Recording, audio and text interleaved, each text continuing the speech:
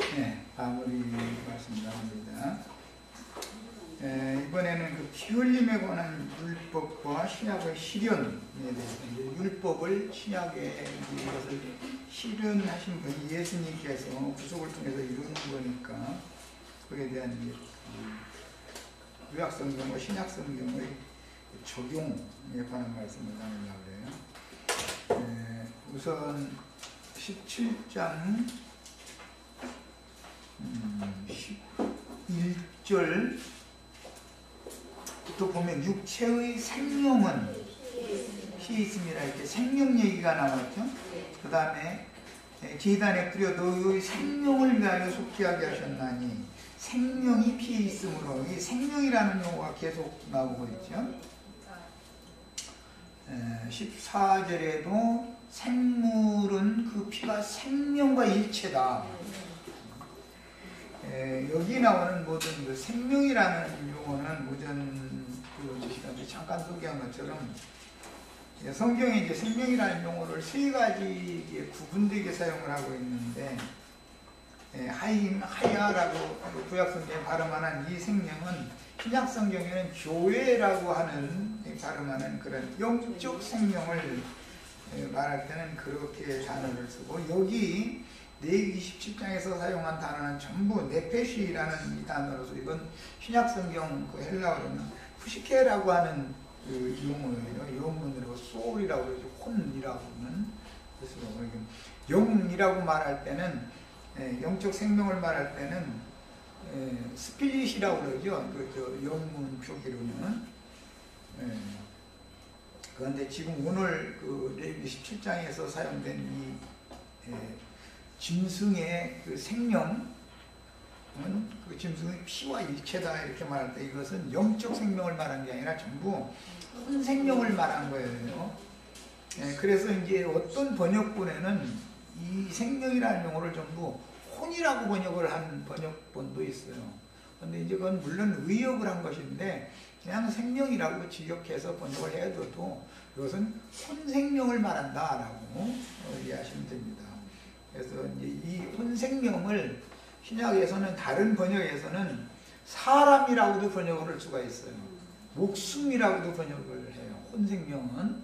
그러니까 사람의 자연인의 생명이라는 것은 이 목숨이라고도 연결이 되는 그런 용어고 혼적 생명이다라는 말이란 말이에요.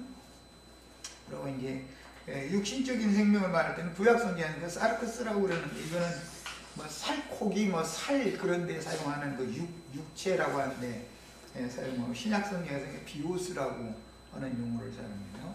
이런 것은 다음에 이제 자료를 한 번 더 해서 소소하게 해드릴 거예요. 에베소서 다음 강론 때 아마 이 자료가 거기 나오니까 다 해드릴 겁니다. 뭐 이렇게 얘기만 들어도 영적 생명이 있고 혼적 생명이 있고 육신적인 생명이 있다. 생명이라는 건. 그런데 뭐 구약성경에서 영생하시는 하나님, 생명나무, 그다음에 생수가 흘러간다 등 말할 때 무엇이 영원히 살리라 등등할 때 살리라 이런 용어들을 사용하는 전부 영적 생명이에요. 거기서는. 그러나 이제 혼적 생명은 천년 사는 것이 제일 많이 사는 생명이죠. 육신을 입고 있는 상태에서 사는 생명이니까.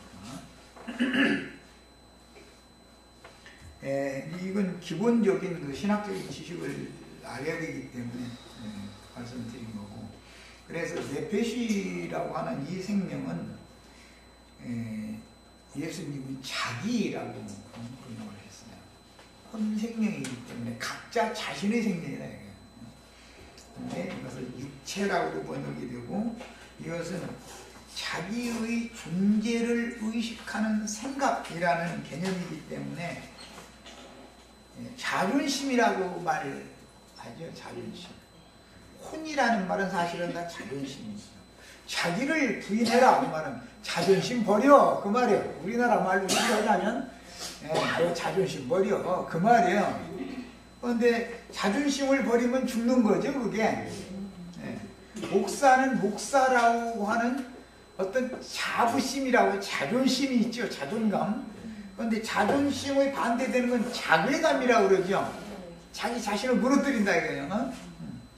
예. 자존심 꺾어지면 죽는 거예요, 그게. 영적으로는. 그런데 그것을 부인한다. 자기 자존심을, 자아를 부인한다는 것이 짐승의 피를 쏟아버린다. 이렇게 표현했다는 말이에요. 이 영적 개념 의미를 잘 이해하셔야 되겠어요. 모든 사람은 자기의 자존심을 세우는 것이 인생의 목적으로 삼고 살게 돼 있죠. 돈이 많다 그러면 자신도 모르게 나 오늘 어깨 힘줘야지 해서 힘이 생기는 게 아니죠. 괜히 남이 볼 때는 본인은 아무렇지도 않게 그냥 하는데 남이 볼 때는 저 사람 어깨 힘들어갔네 이렇게 느끼죠. 그리고 목이 빳빳해진 것 같이 느끼고 부드럽게 안 느껴지고. 그거 왜 그러냐, 괜히 돈이 그 사람을 받쳐주기 때문에, 그의 혼생명을 떠받쳐주고 있기 때문에 그렇게 되는 거란 말이야. 이제 그러니까 세상에 대해 죽는다, 죄에 대하여 죽는다, 그런 말은 자존심이 죽었다 그 말이란 말이야. 실제적인 표현을 하자면, 네, 짐승의 생명을 쏟아버려라 그 말은 너 자존심 버려라 그 말이에요. 우리나라 말로 현대어로 표현하자면 그렇단 말이에요. 자, 그런데 사람이 자존심 꺾으면, 누가 자존심 꺾으면 잠이 안 오죠. 그리고 막 가슴이 벌렁벌렁 해가면서 막 그러죠. 그것도 나보다 월등 높은 위치나 내가 이렇게 우러러보는 위치에 있는 사람이 나를 그렇게 만들어 놓으면 자포자기를 하기라도 하는데, 내가 볼 때 비슷하거나 나만 누드다고 느꼈는데 어느 날 와가지고서 나를 그냥 완전히 그냥 짓이겨버릴 수가 있죠. 그럼 누가 그렇게 한 거예요?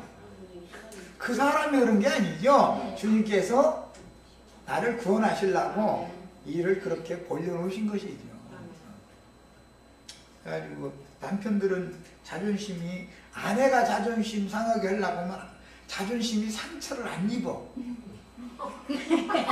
아내는 가까운 사람이기 때문에 저 사람 또 밥 먹고 또 이게 심심한가 말까 이래버리고 넘어가는 거지.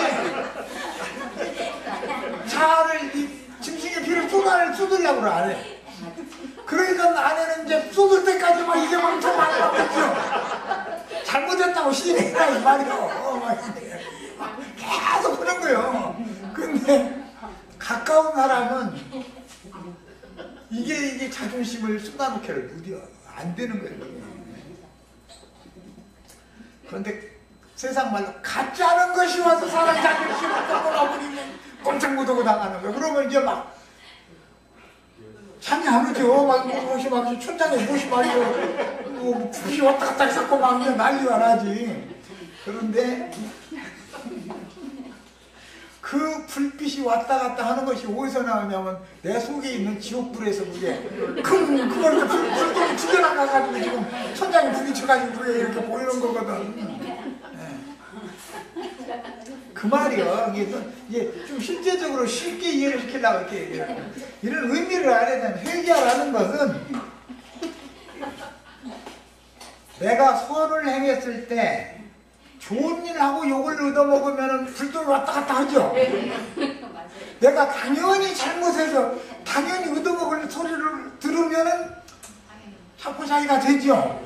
그래서 당연히 잘못한 사람한테는 자존심 버리라고 하는 것이 효과가 없어. 너무 선을 행했고 너무 옳은 걸 행했는데 그것이 옷 걸려가지고, 세상 말로 옷 걸려가지고서 이게 사람을 짓이겨 놔버리면은 이제 막 누워있는데 막 숨소리가 거칠어지더니 천장에 막 불이 막 왔다 갔다 하거든. 이게 막 가슴이 동동동동 막 뛰고 이렇게 하면은, 그걸 심리하면은 놔두면은 찬물이라도 얼른 마시고 가라앉혀야지. 잘못하면은 심장마비 돼서 죽지. 근데 주님은 우리를 이런 방식으로 복음을 통해서 옛사람을 일단 죽이고 시작한다. 그게 내가 예수와 함께 십자가에 못 박혔나니? 라는 말이요. 그게. 그래서 옛 생명을 그렇게 강압적으로 하나님이 쏟아내게 만드는 것이지 내가 쏟으려고 하면 안 되는 거예요. 이게. 내가 쏟은 것은 자기 공로가 되지. 그래서 통역해 하는 힘을 부어주시려면 정말로 가짜는 것이 와서 사람을 아주 그냥 이렇게 자존심만 조금 상하게 하고 막 그러는 게 아니야. 미안한 생각도 없어. 이건 지가 뭐지 됐는지도 모르고 미안한 줄도 몰라.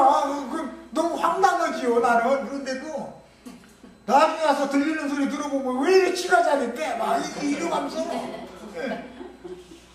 그런 방식으로 하나님이 나라는 존재를 무너뜨려 버리는 거예요.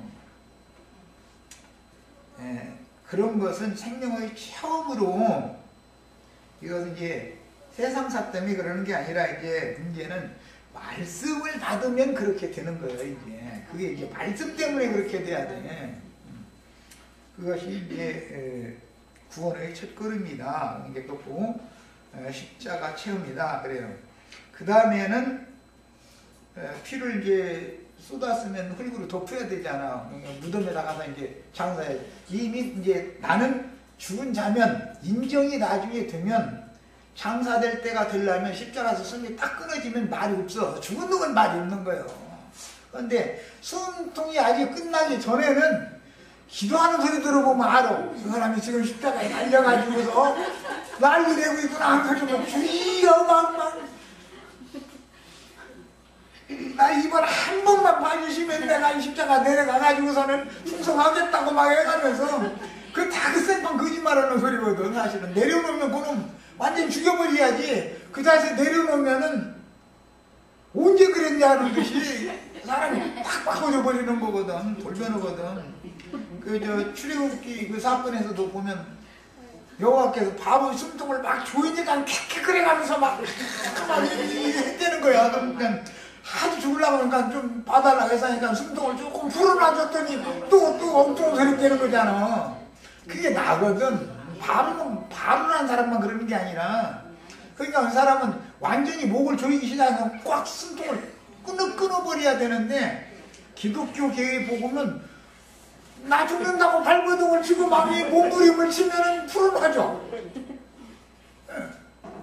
그러다가 또 십자가에 또 올려놔. 그것이 뭐냐, 1000년 동안 못 지른다는 말이 그 말이요. 그것은 속죄라는 게 무슨 뜻인지 아직 모르는 사람이다. 하나님께서 우리를 말씀을 인하여 환난이나 박해가 임하기 시작하면은 옛사람이 숨통이 완전히 끝나가지고 주소리도 않을 때까지 확 조여가지고서 확 끝내버려야지.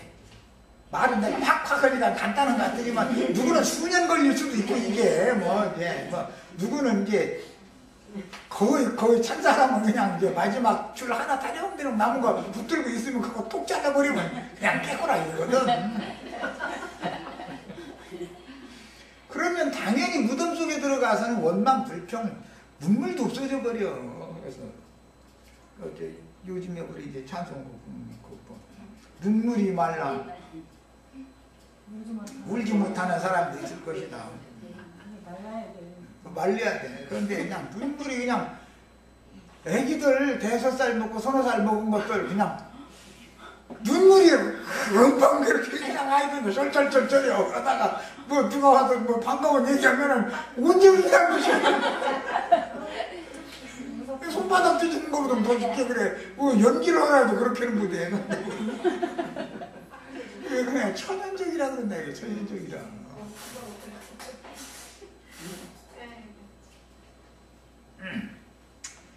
이제 이런 영적 의미를 깨달아야, 부활은 무덤에 사는 거기 때문에 이제 장사가 되어지고 나면 바라볼 때는 하나님밖에 없으니까, 이제 무덤 속에서는 우리 찬송이 있죠. 내가 깊은 곳에서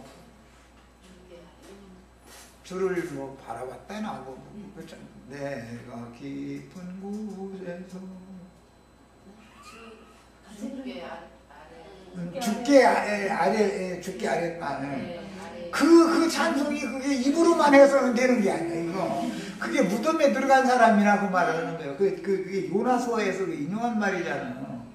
요나가 바다 한가운데 빠져가지고서 시올에 들어가가지고서 성전에 계신 여호와를 바라보고 호소한 얘기, 거기서 이게 찬송가 가사 진 거잖아.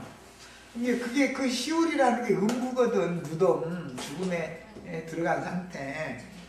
거기서 하나님이 그를 들어 올려주신다 이거예요. 이제 이런 것을 장사체험이라고 부활체험이다.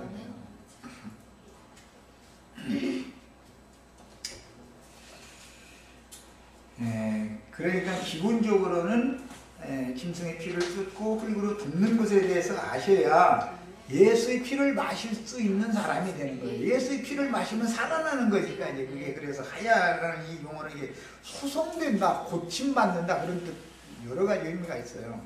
그게 뭐냐, 이게 사실은 영혼을 치료하시는 얘기지만 구약성경에서는 여자들의 태를 고쳐주는 얘기가 나오죠. 창세기 20장 보면 그 말씀이 나오죠.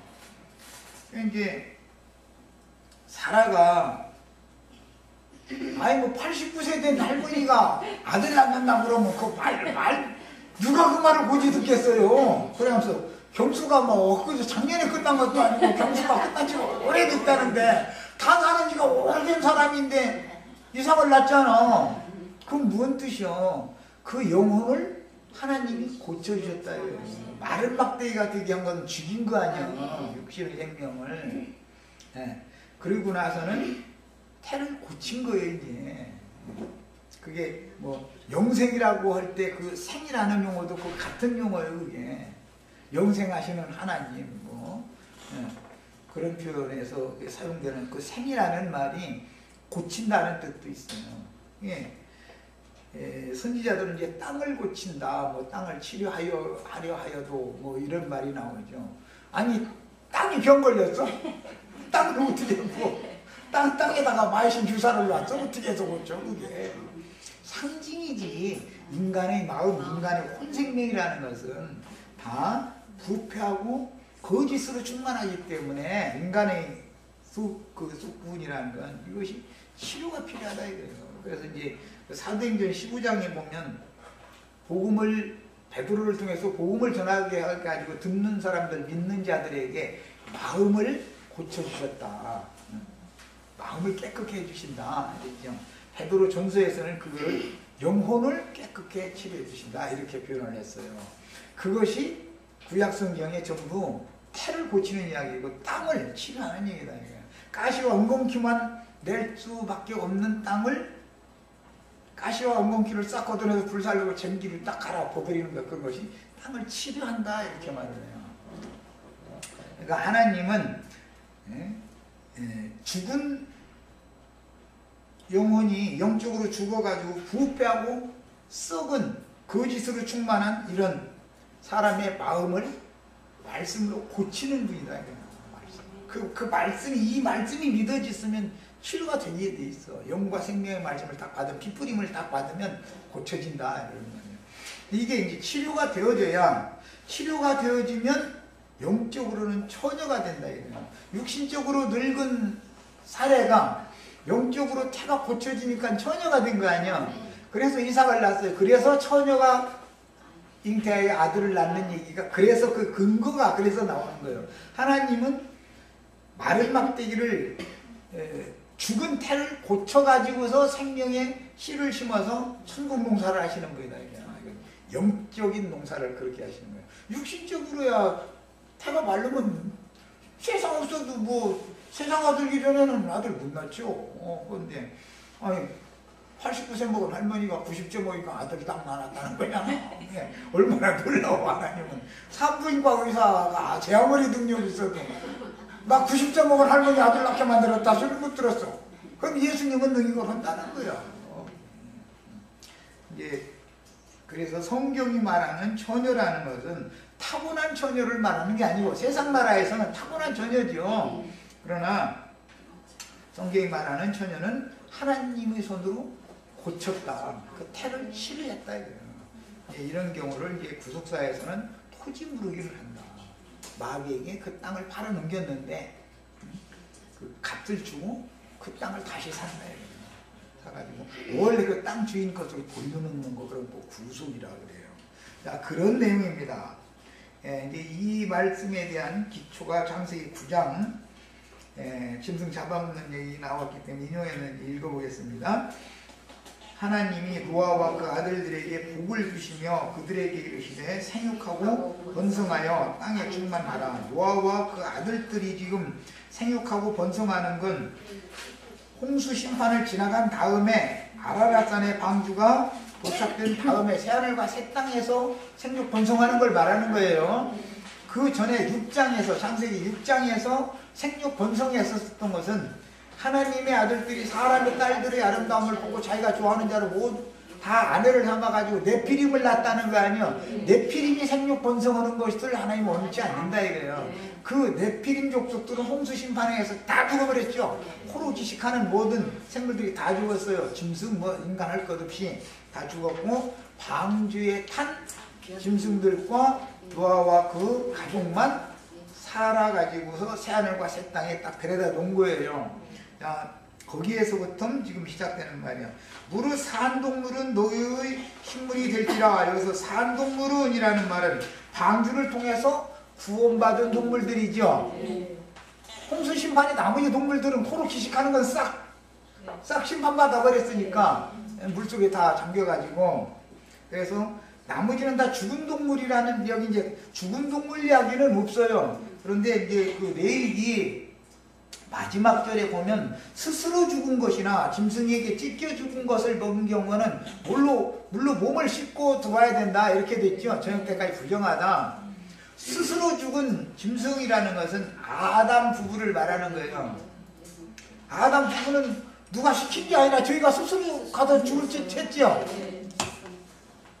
우리 천연적인 사람들 다 스스로 죽었었잖아요. 스스로. 누가 시켜서 죽을 찌던 게 아니죠. 김순중 형제님도 그냥 마음이 시원해서 가서 아프리카 가서, 그리고 돈투이나 벌리니까 맨 죽을 대로만, 죽을 때 있는 거기서 이쁜 아가씨들 이리 좀 오시라고 자꾸 그래.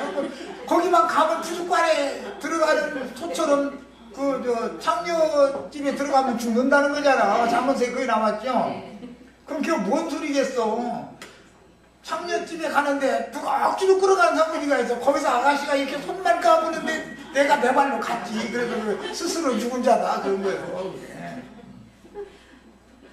형제님은 창녀집에 가지는 않았는데 이제 예를 들자면 그렇게 세상에 죽을 대로만 찾아다녔다 이 말이에요. 상징에 또 그것도 또 창녀촌 얘기해서 잠언서가 그게 그 창녀가 화문 성교 뭐 가라면 우리 남편이 멋있게 가가지고 돈도 많이 가져가가지고 금방 안 오가 안심하고 들으시라고 해가지고 들어갔더니 소가 제 죽을 자리 찾아서 이렇게 투죽관에 들어간 거라고 그래놨잖아. 그러니까 장례천 없어요. 거기는 장례천 없구만. 자, 이제 이런 것이 다 이게 세상이라고 하는 것은 다 그렇다 이거예요. 사람들을 세상 신이 끌어당기잖아. 그러면 사람이 스스로 세상에 몰입돼서 빠져버리면 홍수 심판에 빠져 죽는 것이 상징이다 이게 그게. 세상의 영이라는 것은 홍수물이잖아 이게. 다 상징이지. 그런데 오늘 창세기 9장 말씀에 의하면 아라랏산에 방도한 다음 얘기인데 산동물을 잡아먹으라 그랬지 죽은 동물 잡아먹으라는 게 아니잖아. 그러면 이제 짐승에게 찢겨서 죽임당한 것은 뭐냐? 목사님한테 가서 몸만 스스로 죽은 건 몸만 죽었는데 목사님한테 가면 스스로 찢어 죽이는 들깨, 이리, 늑대 그런 것들이죠. 그게 겉에는 양의 탈을 쓰고 있으나 속에는 노력하는 이리들이잖아. 목사님들이잖아. 목사님한테 전도받아서 가서 거기 가서 앉아서 아멘 아멘 앉았으면 영혼까지 죽는 거예요. 이제 찢겨 죽임당하는 거예요. 들짐승에게 상징이요. 야, 그러니까 그런 말은 누구의 말을 들을 때 마귀는 속이는 말을 하기 때문에 사탄의 사자들의 어떤 유혹하는 말을 들으면 스스로 죽은 자는 스스로 죽도록 하게 돼 있고 들짐승들은 불쌍한 양무리를 찢어 죽이는 것이지 이게 다 상징이지. 그런데 그거를 먹은 경우는 그것을 사람이 어떻게 먹었다고 보면 상징이 그들의 말을 고지고대로 듣고 아멘 아멘 하는 경우에는 씻어내야 된다 이거예요. 그 잘못된 가르침 받은 거, 잘못 인식되어진 그런 세뇌를 잘못 당한 것을 씻어야 된다 이거, 목욕을 해야 된다 이거예요. 제자들을 예수님이 목욕시켜주러 오신 거 아니에요, 처음에는. 그래서 너희는 다 내가 가르쳐주는 말로 이미 목욕을 했다. 그러니까 다 깨끗하다. 그러니까 앞으로 너희 수족이나 서로가 씻어줘라 이랬잖아요. 그런데 한 사람은 목욕을 안 했다는 거잖아. 그 가룟 유다는 예수님의 말씀을 믿지 않았다는 말이죠. 목욕이 안 된 거죠. 그런 뜻이에요, 그게. 여기 이제 레위기 17장 이제 끝절까지 일단 큰 윤곽적인 말씀을 나누고 나서 이 본문 여기 이제 인용한 말씀으로 들어갑니다.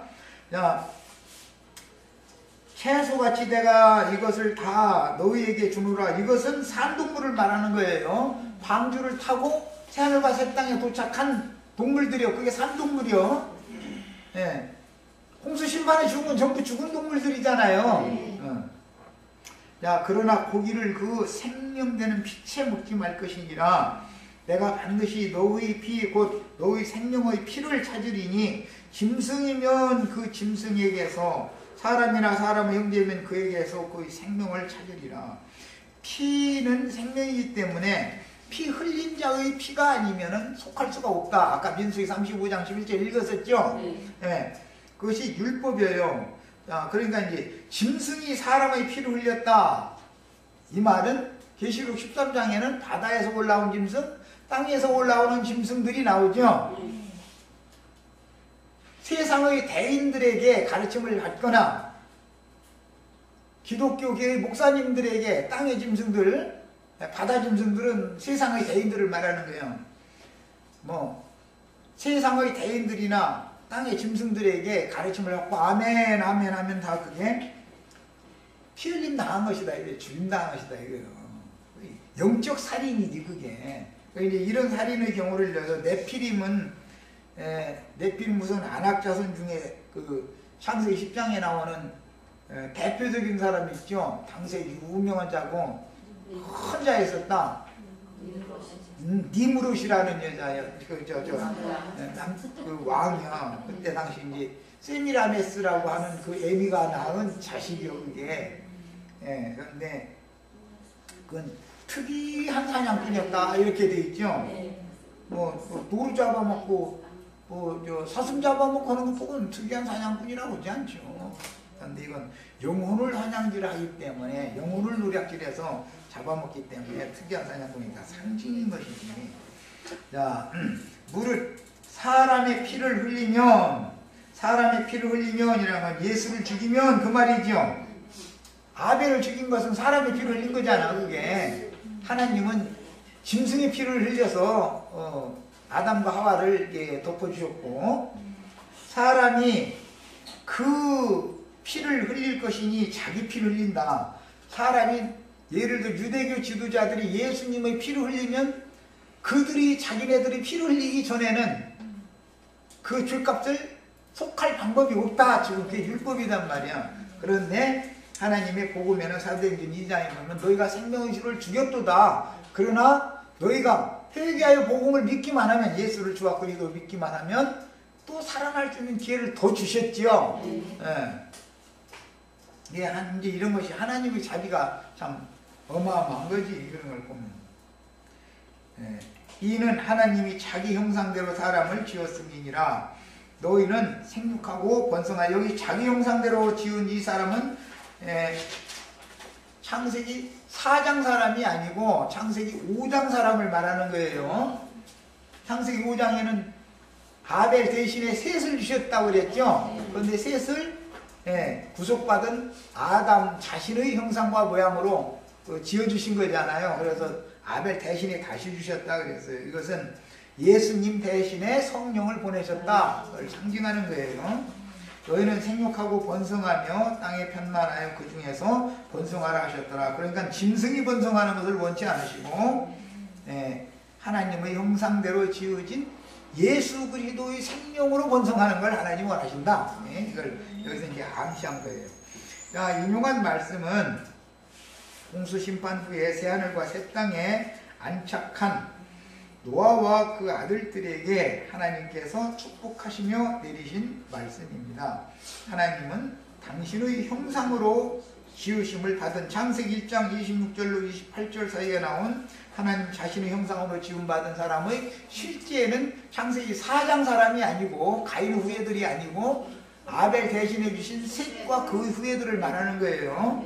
성령으로 난 자들을 말한다 이 말이에요. 지금 말하자면 새 사람들이 생육하고 번성하여 땅에 편만하기를 원하시며 무릇 코로 기식하는 모든 산 동물들을 식물로 주셨습니다. 그런데 제자들을 그 영으로 오신 주님께서 제자들을 아버지께서 나를 보내신 것 같이 나도 너희를 보내노니 너희가 모든 민족으로 가서 제자를 삼아 아버지와 아들과 성령의 이름만으로 심리를 주고 내가 너희에게 분부하여 가르친 모든 것들을 또 가르쳐서 지켜서 행하게 해라. 그래서 그것은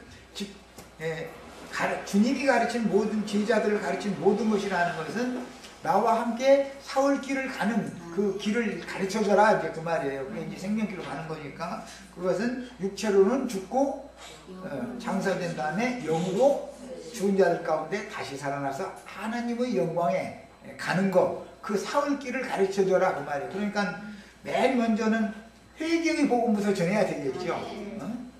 네. 자존심 죽이는 얘기부터 해줘야 되는 것이죠. 이게 말하자면. 그리고 그 죽었으면 치워야 되잖아. 송장 냄새나니까 그냥 놔두면. 그런데 그 이제 흙으로 묻는다 그랬어. 그런데 이제 이것은 로마서 6장에 보면 너희가 예수와 함께 죽고 장사되었으면 이제 이후로는 너희는 죽은 자로 여겨라 이랬죠. 이게 로마서 6장에 그게 믿음이다 이거예요. 믿음. 나라는 자존심이 자꾸 뻘떡뻘떡 일어나려고 했으니까 이제 그 다음부터는 죽은 자로 여겨야 된다는 거예요. 죽은 자로. 그런데 나같이만 뭐 양심 바르게 이러면 내가 안 죽었다는 뜻이잖아 지금. 그리고 또 내가 예수와 함께 십자가에 못 박혔나니 찬송됐다고 했었지만 죽었는지 살았는지는 이렇게 가서 그 귀에다 대고 이렇게 긁어내리는 소리만 해보면 딱 나타나. 좋은 소리 하는데야 뭐 다 올라가지. 막 뭐 칭찬해주고 높여주면 저 세상에서 아이 비행기 태우지 마 떨어질 가면서 그러잖아. 다 이게 축혀주면 올라가지. 그런데 막 이렇게 낮추는 얘기를 하면은 처음에는 조금 듣다가 그만해! 그러다가 그래도 계속 하면은 해제도 넘어오잖아. 사람의 자존심을 이렇게 짓밟아도 돼 이렇게 나오지. 그거는 안 죽었다는 말이지. 찬송을 했는데 실제로 안 죽은 거지 그게 내가 장사되라는 뜻인데 나를 아주 죽이더니 이제 아주 생매장 시키려고 그러는 거야. 세상에서도 매장당했다 그러잖아. 사람을 말 이렇게 매장해도 돼? 막 이러잖아. 생사람 매장한다고. 그래 이제 고려장 하는 거지 뭐. 산채로 갖다 묻어버리는 거지. 너 이제 더 이상 들고 일어나서 주술이도 하지 말라 이거야. 너 이제 말하자면 잘난 체 좀 제발 그만해라 그 말이야. 우리나라 말로 쉽게 표현하는 거예요 이거는. 장사 체험을 한 사람은 자기 자랑이 딱 끝난 사람이다 그 말이에요 사실은. 인간은 뭔가 자랑거리가 있거든. 삼룡의 전성시대, 영자의 전성시대에 없었던 사람은 하나도 없어요 세상에. 거짓말이든 진짜든 간에 하여튼 모르는 사람들 앞에 가서는 그냥 말을 많이 하다 보면은 자기를 조금 세우는 말을 하지 자기 자신을 죽은 자로 여기고 나는 여러분들 앞에 할 말이 없습니다 이렇게 된다는 게 여간해서 쉬운 게 아니거든 그게. 우리 서영재도 김자매가 죽이려고 그러면은 왜 이러느냐고 그러고 안 죽으니까 이제 어느 날 이제 내 손에 한번 잘못 걸리면 이제 어느 날 가도 이제 완전 이제 생매장시키 웬 동네가 다 이제 숨은 광포해가지고 매장시켜가지고 그 동네가 고개를 못 들게 만들어버리고 이제 이게 장사된 거구나 그거 이제 알게. 누군가 남이 해줘야지. 가까운 사람이 오면은 왜 나를 묻으려고 그러냐고 이러면서 막 관뚜껑 막 안에서 막 밀어 올려가지고서 못질해놓은 거 다 못 빼고 나와버린다니까. 사람은 다 그래. 많이 열어봤죠 우리? 육체가 부활하는 게 아니라고. 육체는 그냥 통장 하서 묻어버리고 영혼이 부활해야지. 자, 다음에 노아의 때 방주 안에서 물로 말미암아 구원을 얻은 산동물은, 물은 누구에게는 심판의 표가 되고 누구에게는 구원의 표가 되죠. 물이라는 것은 진리의 말씀을 말하는 건데, 진리의 말씀으로 누구는 죽이고 진리의 말씀으로 누구는 살리는 거예요. 이제 주 예수를 믿어 영생을 얻은 모든 죄인들에 대한 상징이며, 구원 얻은 자들의 수가 충만해지도록 생육하고 번성하는 것은 하나님의 선하시고 기쁘신 뜻입니다. 아라랏산으로 상징되어진 건 계시록 14장에서는 하늘의 시온산에 14만 4천이 서 있다, 어린 양 앞에 섰다 그랬는데, 이제 그들이 생육 번성한 사람들이죠. 산동물 잡아먹는 사람들이지, 그 사람들이 말하자면. 창세기 9장으로 하자면. 자, 그래서 우리도 이런 전도를 해야 된다 이거예요. 짐승의 생명은 다 쏟아버리게 만들고 아주 흙 속에 묻어버리고, 그 다음에 위로부터 계시로 부어주는 믿음을 통해서 거듭난 생명이 생육 번성하게, 이렇게 해야 사역을 잘하는 것이다. 그 다음에 노아와 그 아들들로 예표된 주 예수와 사도들이 하나님의 축복을 받아 생육하고 번성하여 땅에 충만해지려면, 이것은 이제 신약 성경에서는 이방의 충만함이 채워지고 나서 그 다음에 1000년 동안에 이스라엘의 충만함이 다시 채워지는 거죠. 온 땅에 복음 진리들이 증거되어야 하며, 복음을 듣는 사람들이, 중요한 건 심령으로 깨달아야 돼요. 심령으로 깨달아야 마음에 믿음이 생기는 거다. 믿음이라는 것은 계시를 통해서 오는 거기 때문에 말씀을 들어야 돼. 믿음은 들으면서 온다 이랬죠. 계시된 믿음의 때까지 율법의 저주 아래 육체에 있는 자들이 다 갇혀 있는다 이제 그랬는데, 말씀을 와서 들어야 돼. 교회 생활하는 건 그래 필요한 거예요. 이제 마음에 말씀을 들을 때 영으로 깨닫고 마음에 그 들은 말씀이 믿어지면 예수 그리스도를 영생과 구원자로 영접을 하게 돼 있다. 이게 믿음이라 그러죠. 영접하는 자 곧 그 이름을 믿는 자들에게는 그러잖아요. 영접하는 것이 믿는 거죠. 사한 동물들을 잡아먹으라는 말씀은 하나님의 영원하신 뜻을 이 땅에 이루기 위해서 복음을 전파하여 죄인들이 회개하고 하나님의 제물로 드려진 주 예수 그리스도로 말미암는 구원을 얻게 해줘라. 산짐승들을 잡아먹어라, 산동물들을 잡아먹어라. 그 말은 회개한 영혼들을 그리스도의 것이 되도록 전도를 해라, 그 말이란 말이에요. 실제로는 하나님의 형상으로 지으심을 받은 사람이 산 동물들을 잡아먹기 위해서는, 구약 성경에는 다 죽은 동물들만 있었지 산 동물들이 없죠, 구약 시대에는. 그러나 부정한 짐승들이라도 주님께서 이미 내가 다 깨끗하게 해놨다, 그러니까 너 의심하지 말고 가서 잡아먹어라 그랬잖아요. 그게 산동물들이잖아요. 구속을 이미 이루어놓은 사실이 있다 이런 말이에요. 그래서 먼저 기념제물을 성마였다 제물로 드린 다음에 가서 짐승들을 잡아먹는 이렇게 단계를 말씀에는 율법을 지금 적용하는 말씀을 나누는 거예요. 그래서 반드시 그 생명되는 피를 흘려야 하는데, 산동물을 잡아먹으려면 이것은 자존심을 버리게 만들어야 된다. 기본적으로 우리나라 말로 지금 하는 거예요. 이것은 육적 자기를 부인하게 만들어야 된다. 자기를 인정하면 죄가 지배하고 있는 육체의 행위로 하나님을 기쁘시게 하려고 노력하게 돼 있죠. 그건 하나님 뜻이 아니다 이거예요. 본문에서 산동물이란 방주에 함께 탔던 정한 짐승들과 부정한 짐승들로 상징된 구속받은 성도들을 암시하는데, 홍수 심판 때 코로 호흡하는 나머지 동물들을 범람하는 물로 말미암아 다 죽임을 당했죠. 사람이든 짐승들이든 코로 기식하는 모든 생물을 다 죽인다 그랬으니까, 이것은 상징으로서 복음을 받아들이지 않는 모든 인류, 노아와 그 아들들이 방주를 함께 건축하고 방주에 타야 된다 라고 아무리 전해도 안 들어. 빨갛다는 소리 하지도 말라고. 이 말은 하네. 무슨 뭐 홍수가 난단 말이냐고 이제 이러고 안 들으면 그것이 예수 그리스도와 사도들이 전하는 복음을 믿지 않는 자들을 상징이다 이거예요. 그런 경우에는 최후 계시록에서는 불붙은 유리바다 얘기가 나오죠. 계시록 15장에 바다가 천상에서 바다를 봤더니 유리창 너머로 이렇게 바다를 보니까 바다가 불이 붙어 있다는 거잖아요. 그럼 세상 나라 태평양 바다에 무슨 불이 붙어 있겠어. 세상에 큰 전쟁이 일어났다 그 말이지. 그러니까 뭐 이제 대표적으로 중국군, 북한, 뭐 러시아 이런 데 이제 한패 되고 뭐 미국, 영국, 뭐 프랑스 이런 데 한패 되고 해가지고서 막 서로 이제 불장난 하는 거지 뭐 이제. 그런 것이 이미 예언이 돼 있다 이거예요. 그러면 바다에 불이 붙었는데 바다에 불이 붙으면 바다 생물들이 당연히 다 죽겠죠. 뭐 말할 것도 없지. 이렇게 상징이 돼 있다.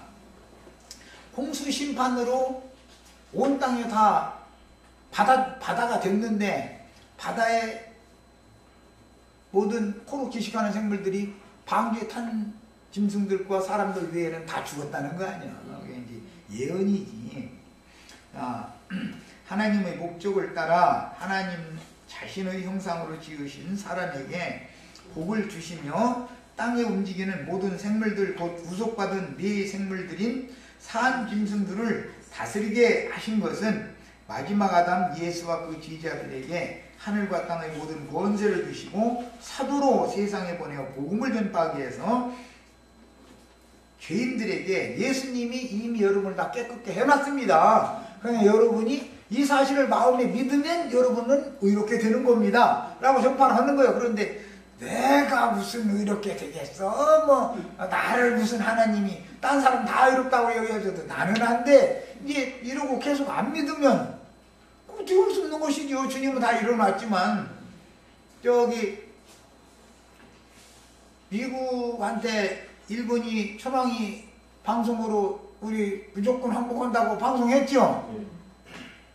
그럼 우리나라는 해방 받은 거 아니요. 일본 순사가 와서 그때는 순사라 했죠. 지금은 경찰이라고 그러지만 와서 뭐라고 따따따 이 미친놈 너는 너희 나라 가 이러마. 너희 나라 지금 해전해가지고 너희 황제가 항복했어 이러마. 어디 가서 엄청 소리하고 앉아서 이래야 되는데 우리 갈게 이제 그만 갈게. 너희 잘 살아. 그럼 가면 안 된다고 붙잡아. 여태 당신들 우리 도와줘서 이렇게 살았는데 가면 되느냐고. 아니 그런 데를 가야지. 해방받아야지. 왜 그걸 못 가게 해. 그것과 같은 거예요. 복음을 안 믿는 거는 그런 것과 같은 거다 이거예요. 주님은 이미 구속을 용 단번에 속죄절 제사를 완성을 해놨는데 이 사실을 전해줘도 사람들이 안 받아들이면 소용없는 거죠. 노아의 방주 안에는 정한 짐승들과 부정한 짐승들이 함께 타고 있었는데 두 부류의 짐승들은 신약 복음을 믿은 유대인들과 이방인들을 상징하는 것이다. 정한 짐승은 말씀을 받은 유대인들이고 부정한 짐승은 말씀을 모르는 이방인들을 상징하는 거예요. 그래서 하나님은 유대인이나 이방인이나 다 복음 안에서 구원을 해서 교회로 세우는 것이 목적이다. 이것이 구속사예요. 레위기 16장과 17장을 정확하게 알아야 교회 안에 들어온 성도가 된단 말이에요. 우리가 거듭났다 그러면은 하나님 나라 백성으로 난 것이죠. 세상 나라 백성으로 난 것을 말하는 게 아니죠. 그럼 나라가 딱 바꿔졌어야죠. 구속받았으면 사람이 아들의 나라를 옮겨졌어야 되는데 우리가 지금 여기 석수동 여기 이러고 살고 있는데 무슨 우리가 하나님 나라에 이미 들어가 있느냐고. 다음에 죽은 다음에 갈 거라고 이러고 앉았으면 주님이 이루는 사실을 믿는다는 말이 안 믿는다는 말이야. 기독교계는 지금 복음을 믿고 있는 거야? 안 믿고 있는 거야?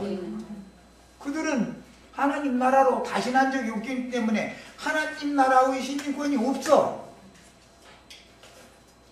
미국의 시민권을 가지고 미국 나라에 가서 태어났으면 미국 시민권자지요. 미국 시민이죠.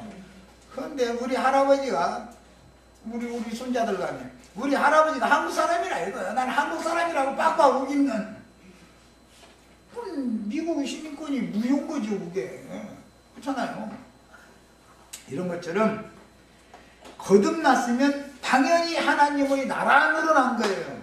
세상 나라로 태어난 것은 육신으로 태어난 사람은 자동적으로 세상 나라 주민등록을 하게 돼 있잖아요.